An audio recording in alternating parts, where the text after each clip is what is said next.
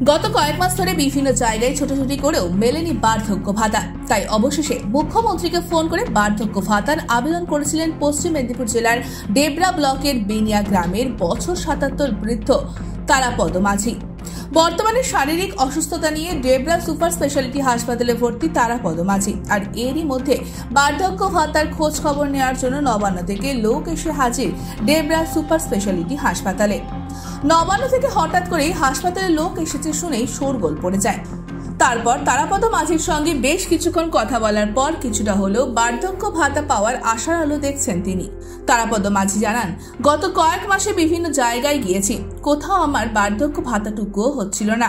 আমি সরাসরি মুখ্যমন্ত্রীকে ফোন করে আবেদন জানাই। তারপর নবান্নের লোক গতকাল এসে আমার কাছে বিস্তারিত জানতে চান।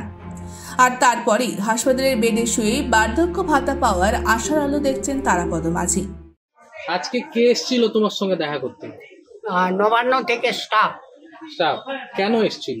ওই আমার বার্ধক্য ভাতা অবজেকশন করছিলাম, সেই জন্য ওই হেড অফিস থেকে আপনাদেরকে পাঠিয়েছি। এখানে বার্ধক্য ভাতা করা কি জিজ্ঞেস করলো? এখানে জিজ্ঞেস করলো আপনি বার্ধক্য ভাতা পাচ্ছেন কি? আমি বলছি না পাই। অভিযোগটা কোথায় করেছিলেন? অভিযোগটা করছিলাম হচ্ছে যে দুয়ারি সরকারে,